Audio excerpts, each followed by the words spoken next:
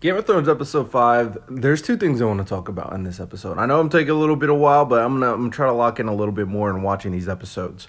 So the decision of Ned Stark and whether or not he should take out Khaleesi and her baby, right, is such a tough one.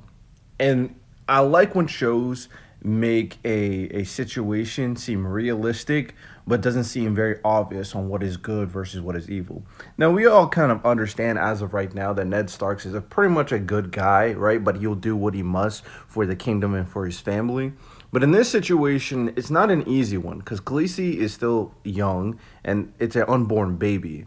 But there's an army that could potentially threaten and kill millions or thousands of people. So it's such a tough decision to make, which makes it very fascinating. What would you do? Curious, what would you do? Whether or not you would take out Khaleesi, and mind you, you can't guarantee they can be negotiated with. You can't guarantee they won't do it. Like there's a lot of ambiguity. The second part that I want to bring up, and I'm not going to bring up the scene, but I want people all to think about this. The scene where that woman was getting her tit sucked by like a 12-year-old boy is insane. That was one of the craziest scenes I've ever seen on live action television.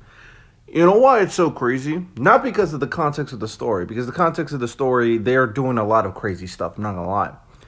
But if you take a step back, break the fourth wall, just think about the idea that a 12-year-old boy is sucking on a grown woman's tit on TV.